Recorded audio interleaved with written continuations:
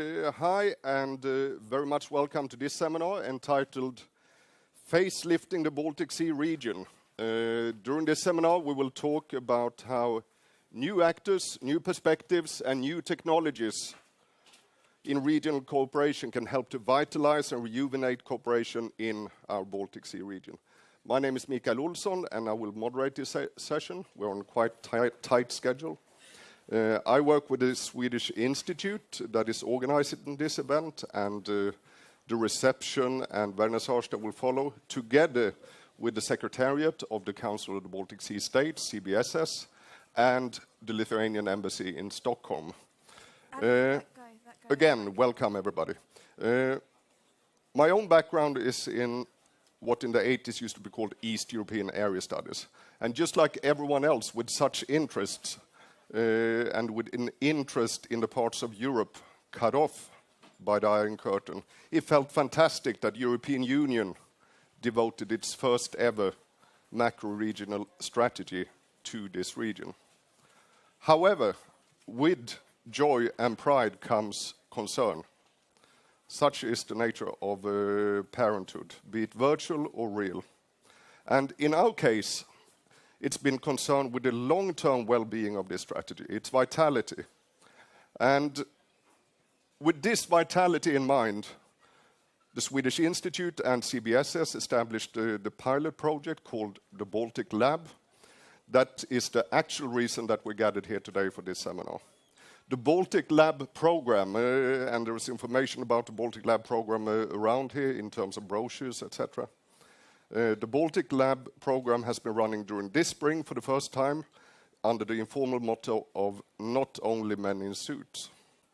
An underlying aim of the programme has been to bring new actors and new perspectives into the processes that are underpinning the EU strategy for the Baltic Sea region. The method that we chose to bring these new perspectives into the process was to try to motivate and train young talents from around the region to get involved in regional cooperation. People with no prior relation to or experience from such activities, and people from backgrounds and milieus that we thought to be lacking in the discussions and enactment of the strategy. In this sense, one could talk about that we try to achieve the goal of rejuvenation through transplantation, bringing new people with new ideas into our circles, and then not only people with suits. During the program, which has run from April up until today, 20 young professionals, average age of 24 years, worked to produce project prototypes or project ideas that could A, help them to learn about regional cooperation, and could help us all to get new insights and new ideas and new perspectives of what could be done in regional cooperation. And C, possibly also enacted. Maybe these ideas will become a reality, because they are all great ideas. We will soon have 4 such project ideas presented by the participants of the program. And our ambition is that these presentations shall help to inspire the general discussion of the seminar, where the main question to be addressed is how to find a balance between continuity on the one hand and rejuvenation on the other hand in the policy making that underpins the Baltic Sea region cooperation. To try to find a balance between stability and rejuvenation. Before we put these people on stage, though, we are very, very happy to welcome Mr. Oskar Wåglund Söderström, State Secretary to the Minister for EU Affairs, to give an introduction and brief us on the Swedish ambitions to keep the EU strategy as a living and engaging process. Please, Oskar, stage is yours. Okay. Thank you very much, and thank you to the organizers. Thanks to the Swedish Institute and to the Council of Baltic Sea States, and to the Lithuanian Embassy, who has also made this possible. Everywhere I go in Almedalen here, I tend to run into this man, the Lithuanian ambassador, so I think we have a very active presidency ahead of us. Also welcome, well, to those of you not from here, welcome to Gotland. You are now right in the center of the Baltic Sea. This was also the case 25 years ago, but then this was also the Swedish easternmost outpost in the Baltic Sea and towards the east. very close, just a few miles away to the Iron Curtain that then divided the Baltic Sea between west and east. At that time, just in the late 80s, regional cooperation in this region was restricted to cooperation between Sweden, Denmark, and Finland, simply because the others did not really mentally exist for us who lived on the western side. 25 years later, now it's 2013, 8 out of 9 states around the Baltic Sea are equal partners, equal members of the European Union. We share the same common set of values about democracy, human rights, fundamental freedoms, and market economy. Borders like passport controls and customs are history. You can travel between Gotland, or maybe not Gotland, but from Stockholm to Tallinn, for instance, without showing your passport. It's an enormous progress. We're part of the same single market. We share the same laws and regulations in a way that was not even possible to think of just 25 years ago. This has made regional cooperation in the Baltic possible, but also not only possible, but also necessary. We simply depend on each other. And this also goes for third countries, as we call it in EU language, third countries. In this case, it means Russia. Many administrative barriers remain to the 9th Baltic Sea state, which is Russia, of course. But cooperation and exchange between Russia and the European Union part of the Baltic is still very active. Back in history, the Baltic Sea was not a divider, but actually a unifying factor. Visby was flourishing during the Hanseatic epoch. You can see the remnants here today, for instance, the Great Wall surrounding Visby, which is dating back to the 13th century, I think. What we need to do now is to restore this kind of regional cooperation. We need more of regional cooperation and exchange, and we need more regional integration. Because we have many great challenges that we share, all the countries and people around the region. If you just look a few miles or a few meters even outside Gotland, you can see that the seabed is completely dead due to decades of pollution and eutrophication. It's an enormous problem. The fish that we can fish here is unhealthy to eat. We have still great economic differences between the countries in the Baltic. We have Estonia, for instance, which has about 1/3 of the GNP per capita compared to Sweden. We have Latvia, Poland, and Lithuania with even less figures. Hopefully, I can say the situation is very hopeful, though, because the 3 Baltic states in the east have come out of the crisis through hard work. The region is also divided if you look at infrastructure, for instance, in terms of transport and energy. This really reflects the situation as it was 20 years ago. It's very difficult to travel between the capitals. In the beginning, I said it's not maybe possible to travel without a passport from Gotland to Estonia, because there is simply no flight. If we would have more of a network of exchange and more of a network of infrastructure, it would be much more easy. The situation is quite problematic, especially economically, particularly in the eastern part of the Baltic. Still, we have a remaining psychological Iron Curtain. Many Swedes have never visited Estonia, Latvia, Lithuania, or Poland. This also creates obstacles to integration in the region. But the EU membership that we share creates perfect conditions for cooperation in a range of different fields, and now it's up to us to reap the benefits. And this is the whole idea of the Baltic Sea strategy. I know the World Bank has once said that the EU is like a convergence machine, because nowhere else you can find rich and poor regions in the world so closely interlinked with each other. And they are made rich through cooperation and through trading goods and services. Because if we use the right tools, I think we can tackle all these challenges that I mentioned. And one tool is, of course, to make creative minds, young talents come together. This will provide new perspectives on how to further innovation and integration around the Baltic Sea. Because one reason is that future generations of future decision makers are not tainted by the same preconceptions of the other side of the Baltic Sea. There is now much more knowledge and experience from people of the other side. Younger people have much more access to information and channels for cooperation. This is why this flagship project that we're going to discuss here today, Balticlab for Creative Industries, is very encouraging and exciting starting point. Because it's just through innovation and entrepreneurship that economy can grow and that we can make this region the most competitive and creative corner of Europe. We have 3 different objectives for the Baltic Sea strategy. It's save the sea, we need to connect the region, and we need to increase prosperity. These are bold objectives. They are very difficult to reach, of course. And it can only be realized through new and innovative ideas. And for this purpose, we need more of people-to-people contact to bring new generations together and new ideas together that will connect the region. But the thing is, this kind of integration can never come from above. It can never be decided by the state. Success depends on contribution of all levels of society. We're talking about municipalities and regions, public authorities, NGOs, and academia. Governments can only be a facilitator, a door opener for dynamic and creative ideas. I think involving young and creative minds in the Baltic Sea region as drivers for both innovation and integration is then a very promising endeavor for this region. Thanks again. I'm really looking forward to see the presentations about this promising project and hope the seminar will be productive and very thought-provoking. Thanks very much.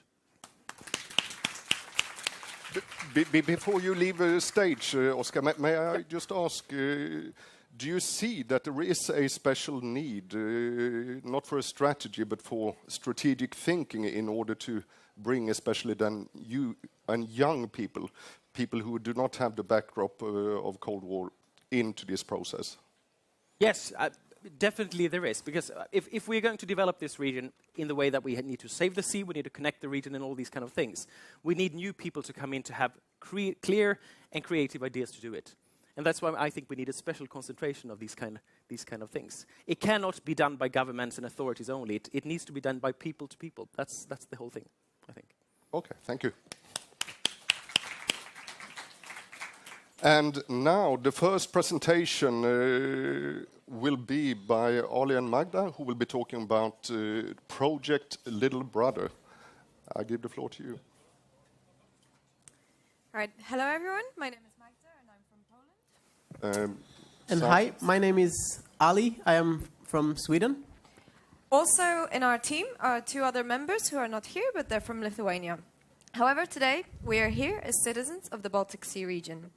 And this is a day we've been really looking forward to because we're really excited to introduce an innovation that we're very, very proud of. This is a project for the development of the Baltic Sea region that we have created with the Balticlab and the communication agency, Volunteer. And we have pointed out that the EU SBSR, the CBSS, the Baltic Development Forum, and the EU Commission have some common goals, and these can be summarized as improving accessibility, amplifying information, and increasing engagement. Or maybe the EU Commission put it best. There is a need for a communication initiative that efficiently distributes information on activities through a channel for a wider public in the region. If you think of Almedalen and the number of events going on in this week, how many can we attend at a single time? We're limited to only one. This innovation, however, gives everyone who is interested in this information a green light. They might be other policymakers within the region, journalists who are somewhere else at the time, citizens, or researchers. And now I will let Ali explain to you what this great innovation is. Thank you, Magda. So this is Project Little Brother, a communication innovation that reduces the information gap between closed gatherings and the wider public. This innovation combines existing technologies in a completely new way for anyone to use with minimal effort. It enables you to record, broadcast, and describe physical meetings, creating a unique searchable documentation.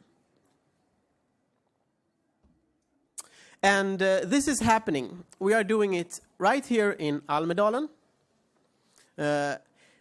This seminar will be available for anyone to access afterwards. Also, we are looking forward, hoping to bring this innovation to annual forum in Lithuania later this autumn. Project Little Brother targets important activities in the Baltic Sea region, improving their accessibility, amplifying their information, and increases engagement. Project Little Brother is citizen diplomacy in action to develop the Baltic Sea region. Thank you for listening, and please join us at projectlittlebrother.org or ask us further questions after this.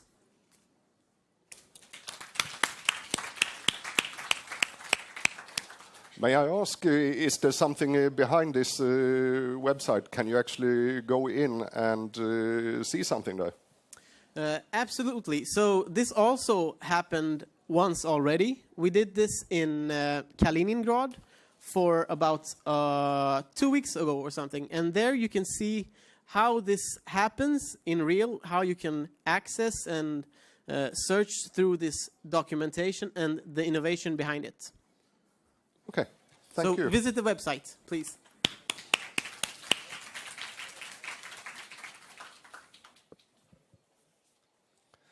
And next we have representatives from a new idea about innovation, Mindmill, and it's going to be represented by Brian. I'm not sure.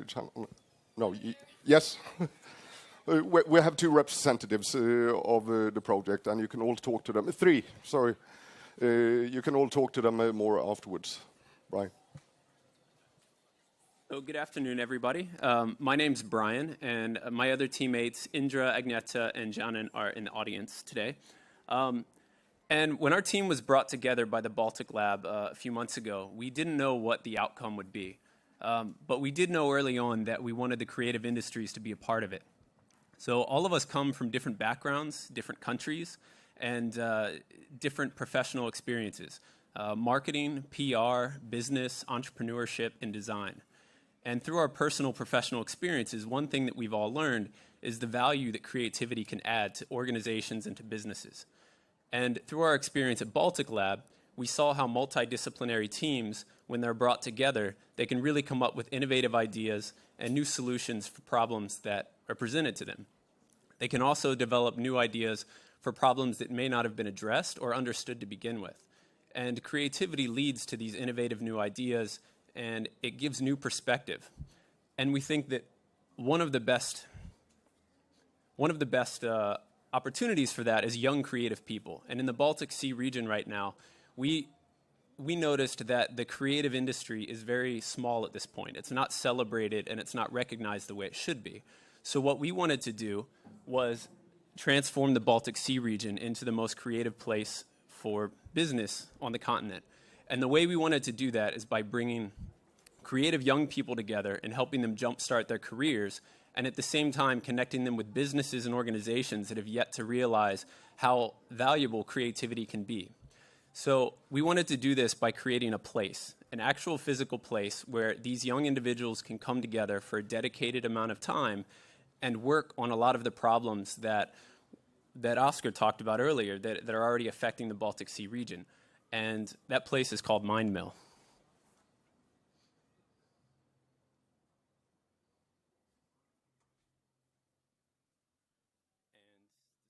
Sound. Innovative ideas. At the Mindmill, creativity and business are brought together to produce new, innovative solutions. We do it from the beginning. What if the Baltic Sea region was known around the world for its creativity? Mindmill, the Baltic Department of Innovative Ideas. At the Mindmill, creativity and business are brought together to produce new, innovative solutions that address our most pressing concerns, from raw ideas to refined solutions. So what is the Mindmill? It's a space, an actual physical space. Each quarter, the mill will select 6 to 10 of the region's most creative young minds to be immersed in several months of innovative idea development. It's a carefully curated co-working space with a purpose. Different nationalities, different skills, and different experience. As a participant, you will be assigned briefs provided by either private or public organizations which require innovative thinking, teamwork, and new solutions.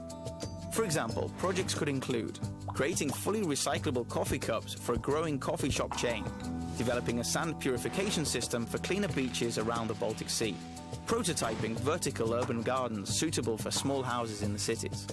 Projects are selected very carefully.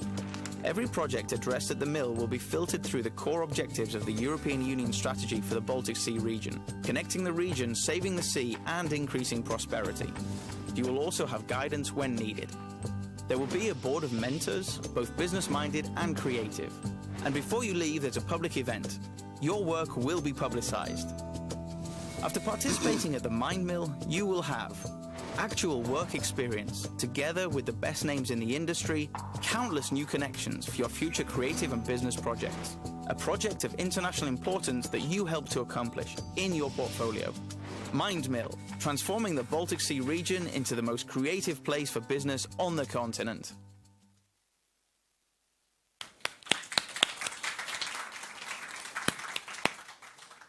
So the Mind Mill is something right now that's just an idea, but we think that with the right partners, it's something that could take place, could exist, and could really benefit the region. So if you want more information, you can talk to us, or you could visit themindmill.eu. Thank you.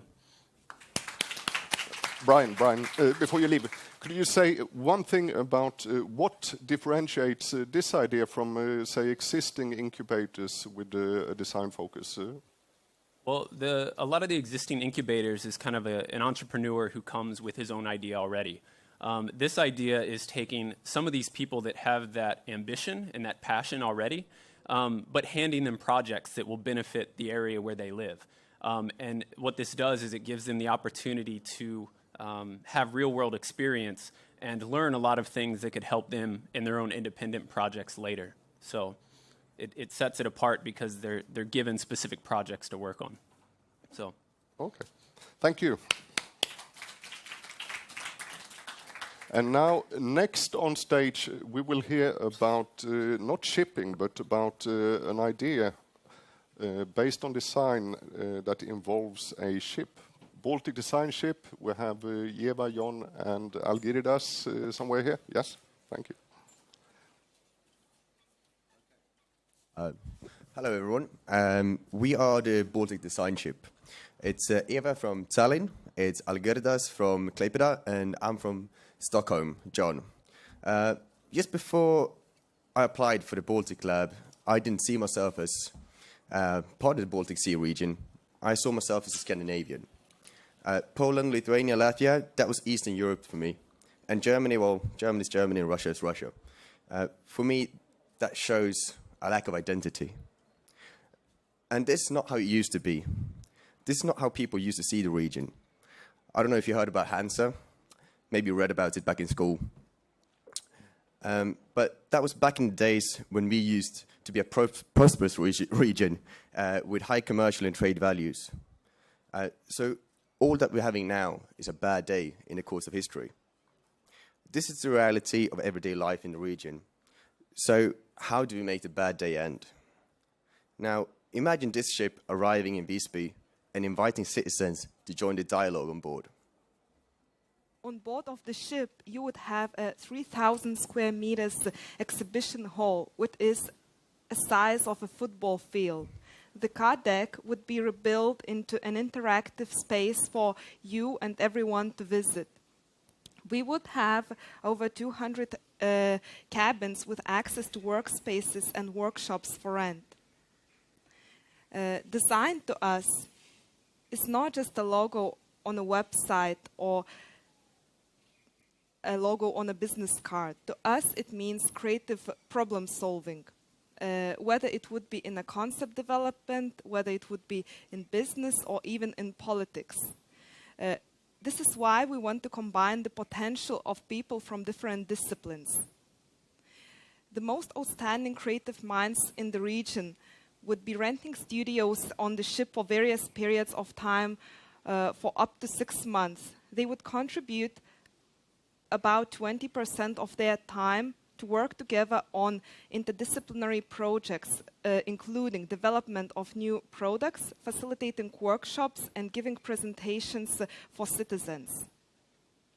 At first, this concentrated creative hub will be going from one Baltic city to another. Then, the ship will continue to other parts of the world, marketing the Baltic design globally. Now, I don't know if you heard about the Nordic Cool event. That's a project that flew 700 people to Washington for 1 month to promote the Nordic countries. The cost of that was slightly more than the average phone bill, yet it has paid off. This is just one organization going to one city. We would like to take all 9 countries of the Baltic Sea region and visit 23 cities. If each country would have done this separately, so every country would go to 23 different cities, it would be equal to 207 worldwide exhibitions. If we market a region as one, not only are we going to be cost efficient, there's no doubt the marketing will be more effective. We are really glad for the help we receive from these institutions and organizations who have joined us on the journey. At this very moment, we are in the process of constructing a virtual ship online, what is the first phase of our project. So, come on board, as we do not want to have another bad day. Thank Thank you. And if I understand it correctly, you actually started trying to raise funds for this. Yeah, we already applied for the CBSS funding, and we're going to apply for the Swedish Institute funding as well. Okay. Thank you. Also, there is a donate button on the website, so everybody who wants this Baltic ship to happen, please chip in. Thank you. And now, as the last project design or project prototype presentation, we have Social Innovation Baltic. It's Iljana and Kristina who will come up and join us here.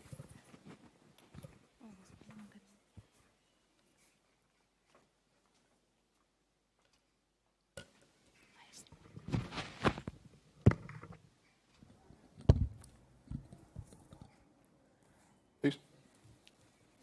Dear ladies and gentlemen, my name is Iljana, and I'm glad to be here and to present you our project, Social Innovation Baltic. I'm from Russia, and Kristina is originally from Russia, and she lives in Germany. Our mission is to connect social innovators for good. We aim to construct a web-based platform in order to connect social entrepreneurs in different countries of the Baltic Sea region and make this collaboration easier. We are changers, and we have a strong belief that we can change social reality through actions and through social innovations. And we believe that there is a huge innovation potential residing in social entrepreneurs and in organizations that they form. As Bill Drayton, one of the well-known social entrepreneurs in the world, said, social entrepreneurs are critical in the way they think, and they have a vision, and they will not stop until they revolutionize the whole industry they work in. Here is the map of the Baltic Sea region, and the total amount of social entrepreneurs in the Baltic Sea region is more than 2 million people. That can be compared to the population of Latvia, for example, or it's twice more than population of Estonia. So we see that social innovators have a very big potential, and of course this potential has to be developed.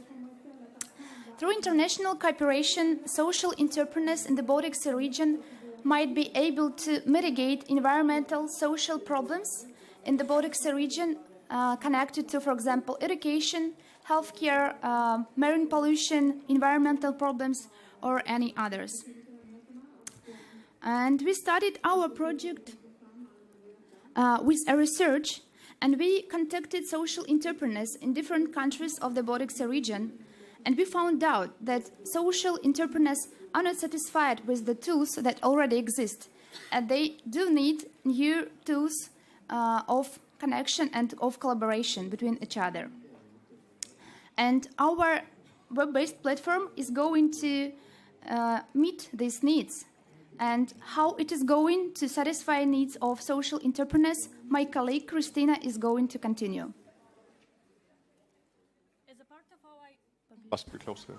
As a part of our idea, we identified functions of the platform which have already attracted some potential users. Our platform includes such fields as news, database, idea bank, or problem desk. News. The platform offer space for some sources or articles in order to find new opportunities and new contact to people, and also establish transparency cooperation through knowledge exchange. Database. Our potential users will be required to register on the platform, where they will easily find some contact details from potential users and also about fields in which they already work. Idea bank. If you have an idea and don't really know how bring it into action, you can just put it in our idea bank, and then you can easily find some partners who will also help you with it. And you can also find not only partners, but also a co-founder.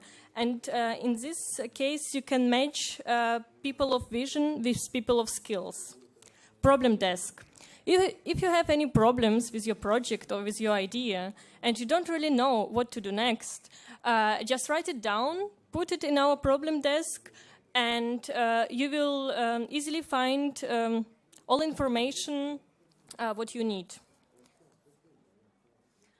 So what's about benefits of our platform? First of all, it could facilitate the knowledge exchange between more developed countries of northern and western coast of the Baltic Sea region and less advanced countries in eastern and southern coast of the region. Secondly, collaboration and cooperation across the region might be simplified by easily finding ideas and new partners. Thirdly, some internal interests from individuals can be discussed and some problems can be solved. The Baltic Sea region does not really exist in a people's minds yet, but in the vision of the European Union. The European Union strategy for the Baltic Sea region includes a number of priority areas like saving the sea, increasing of prosperities, and connecting of the region. Through reaching entrepreneurial people across the region who is also active, we hope to build a community of ambassadors in order to spread the word about this potential. In the long run, it can grow for future prosperity of the Baltic Sea region. At this point, we have found some potential partners who can be interested in our web-based platform. We are also looking for new partners and new ideas. And if you have some offers or some contact details, you can speak to us after our presentation. So, thank you. Thank you. Thank you very much. Thank you for your presentation. Thank you for 4 excellent presentations. We're now going to invite 3 more people to stage, Ms. Helene Nilsson, Mr. Jan Lundin, and also Mr. Ambassador Eitvidas Bakaronias. And we're going to hear not only comments on the projects, but also we're going to hear about some key issues that your respective organization actually can contribute to this process of rejuvenation. After that, we will invite yet some panelists for external comments on what we've heard. But now, Ms. Helene Nilsson. I am so inspired, and let me start to say that the Swedish Institute's task and duty is to stimulate and support integration in the Baltic Sea region, our region. And today, more than 100 ongoing projects receive funding from us, the Swedish Institute, and we have close contact and cooperation with the implementers, stakeholders, partners established in the region since long time, both nationally and internationally. These current initiatives are all important and make a difference and are very much linked to the objectives of the EU strategy mentioned before, of course. But it's nevertheless important that we get new actors into this ongoing process. This is a process with a long history, started many years ago, with many of us with good memories, from that history and that time. However, to maintain the energy and the drive of this process and the development in our region, it is important that we include and integrate the younger generation into this important work and for them to feel ownership of the EU strategy, the future work together, and at the same time bring new solutions to the common challenges. This is something that the Swedish Institute wants to be part of, and I am very proud, I'm very happy for our engagement in the project, the Balticlab. As new in my position at the Swedish Institute and the Baltic Sea Unit, I haven't been able to follow all of you through the process, but I am extremely happy to be part of and to be able to listen to you today. And I also would like to also refer to the ideas we have heard, and also refer to the passion you showed during your presentation for your ideas. As well as it makes me also very pleased and happy to know that Swedish Institute will be part of this cooperation in the future, and also have been involved to initiate the project as well. And I am also not surprised to know that the Commission has selected the Balticlab as one of the flagship projects in the EU. We, the Swedish Institute, would like to continue or will work for that the thoughts behind this project will live on, and even might to try to help to realize some of the ideas. We and many of us need to think about how we can use, how we can pick up, and how we can change through the ideas that you have developed. And we, all of us, constantly need to remind us that ownership is something that is includes all of us and every one of us.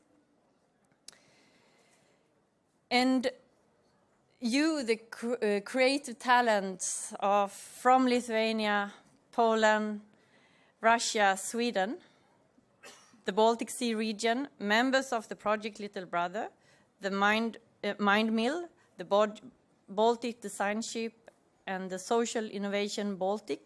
I really, really would like to thank you for all your work.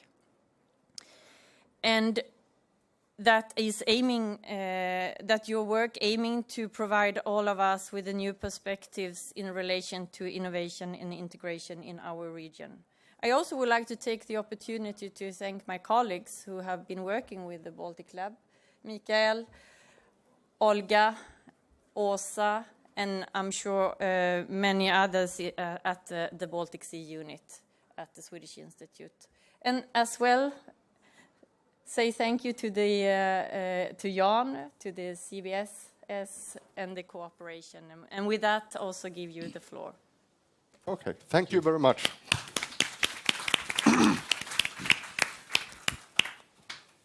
So, yes, it works. I think the title of the seminar was Not Only Men in Suits, so I don't have a suit, but I do have one at times, and so I'm supposed to be the stuffy part of the seminar, and I have a PowerPoint presentation which fits that. It's going to be quick, I promise. 21 years, we've been around for 21 years, and I lead the secretariat in Stockholm, the CBSS secretariat, which is one of many reflections on the fact that there is no more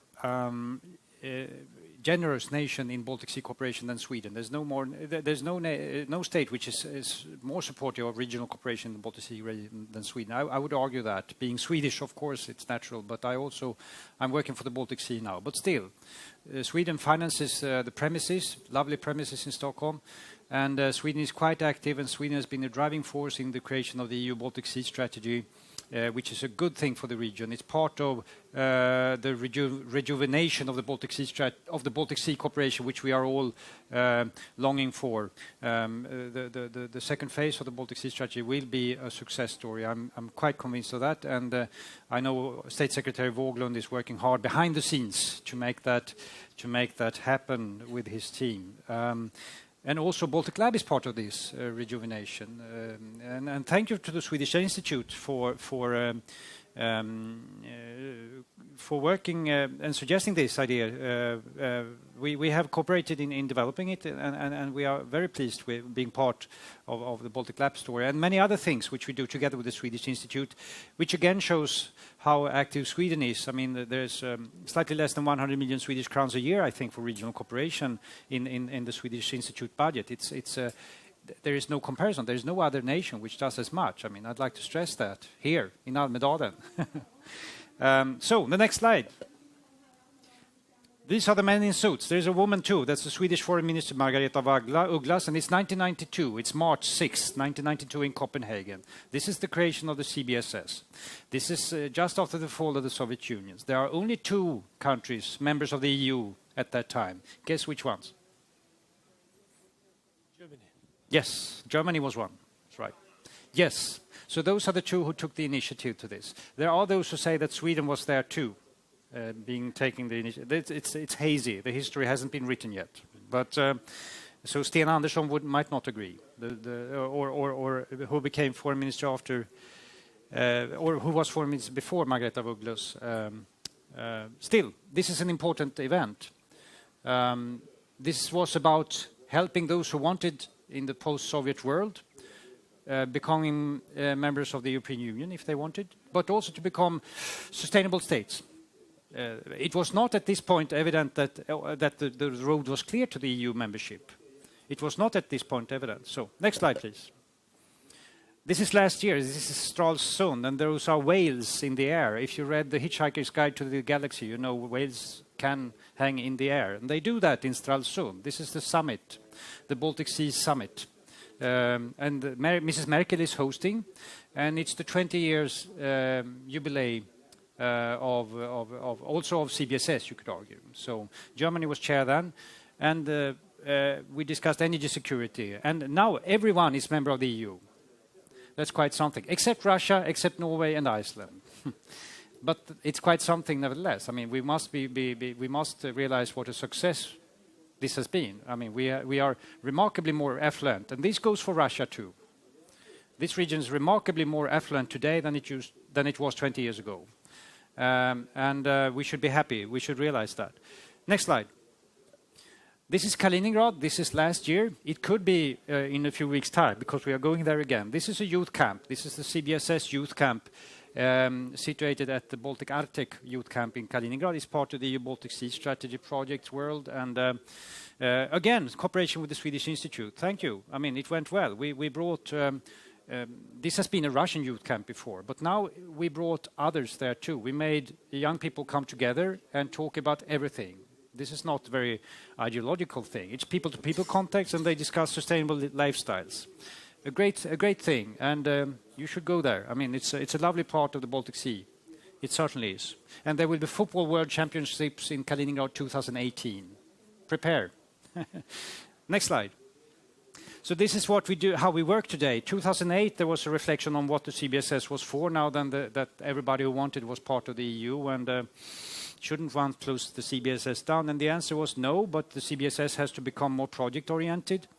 And this is the project policy loop. We have 5 long-term priorities established at that time.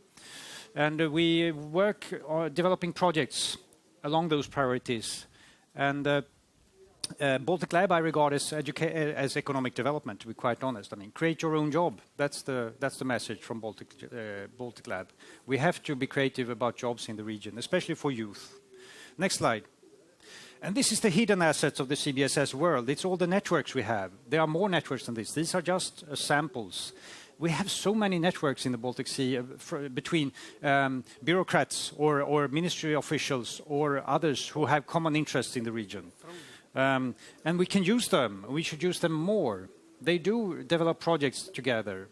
They do work together, but you should be aware of this asset because not every region has this. This is quite something for the region because that is part of the rejuvenation effort, provided we can at times supply financing for their cooperation. And I think this is happening with the new phase of the Baltic Sea strategy. Next slide. These are our communication channels. There's nothing special, but I want you to be aware that the CBSS is there too. Next slide.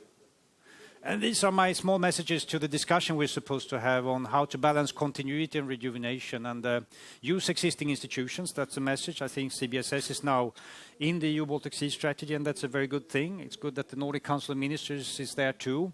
It's good that HELCOM is there, and you have to use the existing institutions. Alignment of funding is coming with the Baltic Sea strategy and the new financial perspective entering into force 2014, but we have to be more creative on financing. I think there's plenty of money in this region, and we simply haven't been creative enough. We need young people like Balticlab to figure out how financing can be accessed for regional cooperation in a smarter way. There's never enough money, of course, but we need to be more creative. Then public-private partnership is not a very sexy word in Sweden, I know, but it is an important way of working together. And we have to be better at including the private sector in what we do. It can't be China's walls between the state and the private sector in regional cooperation, but we have to be better at this. And then we need more Baltic labs, and then the far future is virtual institution building. That's been tried to an extent in the Nordic cooperation, but I think we can do just as well on the Baltic Sea level. We can actually take Nordic ideas and transfer them to the Baltic Sea level, and we will find that they will work quite well. Thank you. Too long, I know, but that's me. But it was great. Yes. Thank you very much. And now we'll give the word to Mr. Ambassador Eitvydas Bakarūnas, who will talk a bit about Lithuania's priorities for the EU strategy in the... Indeed, Mikael, thank you very much. You are even pronouncing quite okay. Not correct. Very close to the original. But thank you very much. I really appreciate of this opportunity. Appreciate of the enthusiasm of the Swedish Institute and the organizers of this tent to bring Baltic issues. Because if you look to the Almedalen general schedule, you won't find many Baltic and Baltic Sea issues. Surprise, surprise. The conference or the event which is bordering of the Baltic Sea. So hopefully we will see next year and in the future more and more Baltic issues in Almedalen. Why Lithuania and Baltic Sea strategy? I think this is, if it was mentioned, Sweden is enthusiastic of the Baltic Sea cooperation, Lithuania is equally. Even if you look to our history, I was a student in the Soviet period, working with my wife on the Baltic Sea shore, and then you see somewhere the waves. So what is this country? Palanga, this is a resort. What is this country in front of us? We don't know. Germany? No, we shouldn't be. Finland? No. Sweden. But for us it was the same. Which country is in front of us? Because the sea was closed. There was no communication, no even interest to know, because everything was sealed. Now we are a different world. So situation dramatically changed, and fully agree with Oscar that we shouldn't be pessimistic. There are so many positive things. EU membership of the Baltic and Poland, the new mechanisms, CBSS, new connecting lines. But still, we need to put additional efforts. And this is why Lithuania accepted quite naturally that during our half year, not much, it's only half year, we might contribute to the Baltic Sea strategy, even for the fact that before us, Ireland, not country extremely enthusiastic not to blame Irish, but they have different priorities. Then we'll have Greece and Italy. Again, Lithuania, half year, not much, but we want to use it very heavily to bring Baltic Sea issues back to the stage, not to reinvent wheels, but to bring some new bloods. And here I fully agree with the title of the conference, Bring New Actors. Initially, after the Swedish presidency in 2009, when the concept was adopted, there was a lot of enthusiasm, new strategy. But there was, then 2010, nothing is happening. Where are all these projects? So there are some working groups working and discussing, but there is no big buzz happening. So now I think, again, we are in different stage. We have CBSS joining this club. We have other initiatives on board. We have Swedish Institute, very important. I was really surprised when I started to learn last year visiting the Baltic Center. There is quite a dedicated Swedish government efforts to re-inject new, even financial instruments to the Baltic cooperation. Very important. Strong signal to all the countries in the region. Now I will go through very quickly through the slides. I quote Barroso. It's very important. It's not he doesn't speak about Baltic Sea, neither about strategy, but he speaks about where we stand. We stand still in economic mess. EU economy started to improve, not dramatically, but there is some signals. But still, we need to bring new quality, new thinking. And our understanding that EU macroeconomic strategies, Baltic is one of them, is new thinking. This is what is one of the driving force for Lithuania as well.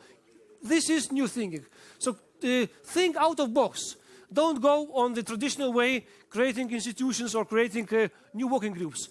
Bring new actors. Again, Balticlab, excellent idea. Bringing new actors to the stage, trying to not to reinvent, but trying to bring new thinking. Next slide. Lithuania. Again, why it is Lithuania's, where we stand. Of course, we understand that the innovation-driven, ecologically charged, fiscally responsible, socially sensitive strategies and with a green slant can lead to the growth. This is not given, but this is what we need to prove in case of the Baltic Sea. EU 2020. How many people would now remember in this, especially economic chaos? We need to still try to prove that in the regional context it might work, implementable. So we will see. Next slide. This is just some examples of Lithuania's dedication. We are quite dedicated in the context of the Baltic Sea, trying to bring our knowledge on the rural developments, crime, transport, very important issues. Again, I was using in my previous seminar the example that if you count how many flights connect Stockholm and Helsinki, nearly every hour. Stockholm and Umeå, nearly every hour. One flight connecting Vilnius and Stockholm, not much. Two or probably connecting Stockholm and Tallinn, again, not much. So this is what big issue. Thanks, Sweden, we are working together. Next slide. This is again not just example. Again, many issues Lithuania tries to bring from the Baltic Sea strategy, not least trying to push on the quite successfully on the BEMIP energy projects. Even try to share best practice with the Eastern Partnership. Again, one of the big Lithuania's EU presidency priority, and so on. BSR stars. I'm so happy that Lithuania's Minister of Economy in Vinova, the lead countries in these projects. So there are many. Baltic University, again, not much develops, but still good initiative. And finally, so what Lithuania can do, next slide, what Lithuania can do. This is the few main issues for 2013. Of course, strategy was accepted at the time when there was would be, to speak about money was quite difficult. So this was conditionality. No new money, no new institutions. But then we realized after a couple of years that you cannot go along without financial support. So of course we need to think how we will use European structural investment funds, national reforms program, and so on. And the final slide. This is what two Lithuania's deliverables on the Baltic Sea strategy. One of them, of course, to make the European Commission report was already issued, so we need to think of the Council conclusions as a result of as an idea to rethink, review this strategy. And forum, which was already mentioned by some of the speakers, annual forum in Vilnius where, of course, this is my final message. Welcome. Thank you very much. We're a little behind schedule, so we'll immediately invite comments from external experts on aspects of this, and we will begin not with the Jan Lundin that we heard previously, but with Mr. Jan Lundin, President of Swedish Travel and Tourist Industry Federation, because he will be on his way, but we could also take on stage Mr. Klaus Hahn and Mr. Oskar Boglund Söderström again. Please. We can just leave him here. You will have the same guy. It's a different Jan Lundin. He's the guy with the suit. I'm with the non-suit guy. And you're, in this sense, experts. We'd heard excellent presentations of project ideas, and we'd heard the policy ambitions. And briefly, what are your reflections upon this? Is this a viable way forward? Do we get rejuvenation? Are these good ideas, etc.? I think from my perspective, I was very excited to be here. Quite honestly, this is a well-spent hour for me. I represent the private sector in the travel industry, and obviously, from my perspective, we work in a global world, and it's just amazing. We haven't even tapped the potential of working with our close neighbors. And we are very much for building a relationship between entrepreneurs on this side of the Baltic and the other side, and we have initiated some of those steps already, but we need those tools that you guys are talking about, those social dimensions, because that's really what's missing. We need to build those bridges between companies, between entrepreneurs, and especially what we are very excited about is create new exciting jobs for the new generation. That's what we need to focus on. Klaus, what's your impressions of the... Overall, I think we only can build this region by individual meetings, and I think that's what this Balticlab project really proves, that the ideas we can create together will build this region. And I think one of the things I see more and more, because it came up a couple of times here, I think the general public still doesn't see this as a region. It doesn't exist as a region. So the more individual contacts we can make, and the more we can work also on communicating to the general public. And since I represent a communication agency, that's obviously what I'm talking about. But I think we need to increase our efforts in that area very much. I think it's right that we start and have started in the last 20 years with a focus on government and authorities. But as we heard before, I think if we get in the private sector and if we start communicating to the general public to a much greater extent, then we have a chance to build this region to what it really should be. And do you think that we had the title also of technology? Do you think the use of technology in these representations, not only the one that you've been involved in yourself, but do you think it's innovative use of it? We had the different platforms, etc. Definitely, in every single of the projects we see that, and that makes this work possible. So I think just the initiative is absolutely excellent. And I really hope that an initiative like the Balticlab will continue, that some of the projects really will be implemented in reality. And technology obviously helps us bring all this together. But I think key questions like we just heard on transportation between the countries, we have to work on those in parallel. Thank you. Before we let in the audience, if you have any questions, raise your hands and you will be given a microphone in a little bit. But before that, I'd also like to hear, maybe not last words, but your comments and impressions. Yeah, thank you. It's very hard to disagree from what everyone said. I think these very inspiring presentations, and yeah, two of them were really my favorites. I took really good interest in them.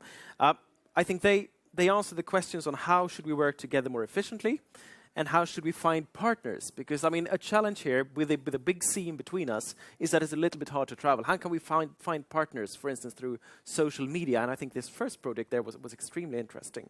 And also the one on social innovation I find very, very interesting. some also brought up the issue of Baltic identity, saying that first of all, he thought he was Scandinavian. Scandinavian is also an identity because Scandinavia consists of 2 or 3 countries, depending on how you count it. But trying to create this Baltic identity, I think, is very, very important if you're going to take on the challenge of becoming the creative corner of Europe, which I would like to see at least. Somebody also mentioned that this is just a parenthesis in history. We just had a bad day when it comes to a crisis in the economy and all that, because we used to have a big, trading pattern between the east and the west of the Baltic Sea, and then we had this parenthesis, and now we're coming back to it. And I hope so, really, because we need to do it. And I think it's realistic to believe that we can do it, because let's say that big parts of especially Southern Europe are stuck with enormous dinosaur economies in a way. They have big regulated economies with difficult structures to bake up. Here I think we have a different mindset. First we have the western part of the Baltic with quite modern economies, but also the eastern part, which have showed enormous courage and enormous skills to come out of the crisis with very much of creativity. And I think this could really be used into something very useful for the whole region, of course. You also mentioned, the importance of the private sector, and of course that's absolutely crucial. What we've been discussing since 2009 very much is to create the framework together with the strategy. That is part of the framework for more cooperation, for more of exchange. But this cannot be done by the government or by any municipalities or public authorities. This needs to be done by the business sector, because business is done by the business sector, not by the state, obviously. So I think this is a perfect beginning here. Thank you. Thank you. And we had 2-3 questions. We can stretch the time a little bit, 2-3 minutes. We own also the hour after here when we have the reception. So please. Okay. Before I introduce myself, I want to ask everyone to reflect on which territory you think about when you think about the Baltic Sea region. Because throughout the presentations today, and also other times when you discuss the Baltic Sea region, you only see the maps with the south of the Baltic Sea region. For example, the Baltic ship tour, you make stops in the south, and there was also a map with partners, was also always in the south. So my name is Jenny Moskova, and I work as Senior Advisor in International Affairs in Norrbotten. So the whole of Norrbotten was not even on the map when you saw the Baltic Sea. So I think that it's important to keep that in mind, and we also have to work with that in the north to get everyone to be involved, because they also don't have this Baltic identity. Thank you. And we can take two more questions. Gentleman in blue. Oh, and thank there was you. one. My name is Per Mikael from Almedalen University. I agree with you, Mr. Klaus Hahn, who said that the Baltic region is not really, doesn't really exist today in people's mind. I think Gotland can play a key role in this one. And it's in the middle of the region. And just 2-3 years ago, I heard a seminar here by the director of the shipping company, Gotlandsbolaget, who run the Destination Gotland ferries. They had very serious plans for a ferry line from Slite on east of Gotland to Ventspils. But then it was delayed 1 year and because of some bureaucracy problems. But now, I don't know, have you heard anything? Because Gotland is the most popular summer resort in Sweden. And since people are here in the summer, and a good ferry line to the Baltic states can really be a good thing. Because since you're here on holiday, well, we can take a trip for a few days or a week over there. But that's another thing, just go cruising from Stockholm to Tallinn. Have you heard anything about something news between the ferry or ship lines between Gotland and... Anyone briefly picking up on this?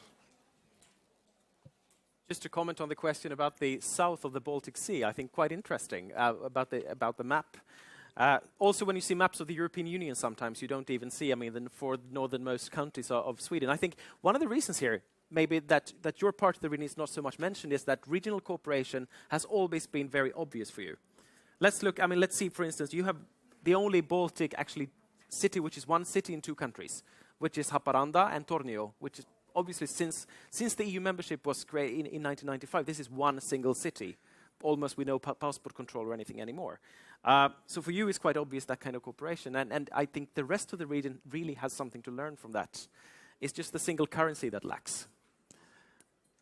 Yeah. Thank you. A very, very short question, because Mr. Ambassador will also be given the word again, greeting us welcome to the reception, but a short question. One question to Jan Lundin.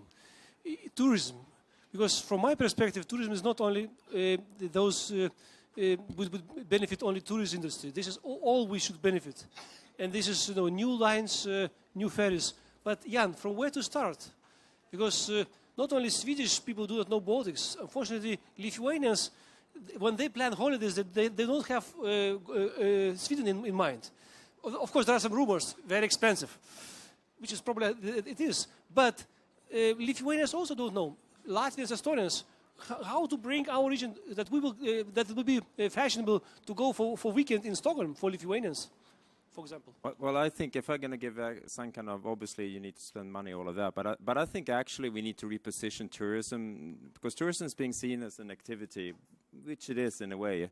But I think we should see tourism in the way that now the United Nations is addressing tourism. They're using tourism as a tool to solve other challenges. How do we create new jobs? How do we create peace process? How do we solve our environmental issues? Well, tourism actually can deliver in all those sectors. Therefore, I think tourism as being treated, and I'm sorry to say this, but in most governments, this is being treated as a marketing issue. Because all of a sudden you can address your private mindset and say, I know what tourism is. That's what I do when I'm on my spare time. And the interesting part here is that the United Nations thing is on the completely opposite. Let's use tourism to fool the mind, but actually create something useful. If that helps the tourist industry, that's great, but that's not the purpose. But in that way, I think that if you look at the Baltic area, because now tourism is being kind of a side project, and we talk about this all the other stuff, but I think actually what we can do is deliver in all those things. Okay, thank you. We will close, but since the government was addressed, I thought that we'll give it the absolutely last word to Mr. Oskar Vogler-Söderström. No, I'm not at all in charge of tourism, so I can't really comment on that, no. Okay. Okay, I think we thank everybody who participated, presenters, discussants, etc., with a great applaud, and then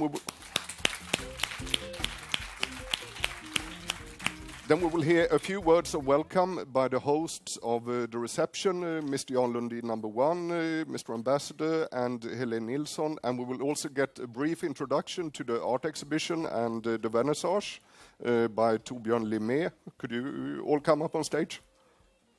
And then there will be a reception. I think, Olga, where is the reception in the tent? Where is Olga? Yes, but could you come up on stage if you want to say something, just a word of welcome, or should we give the word directly to Mr. Ambassador? Please, please. Yes, Mr. Ambassador, a few words of welcome. You have an art exhibition here. You've been sponsoring this artwork that is on.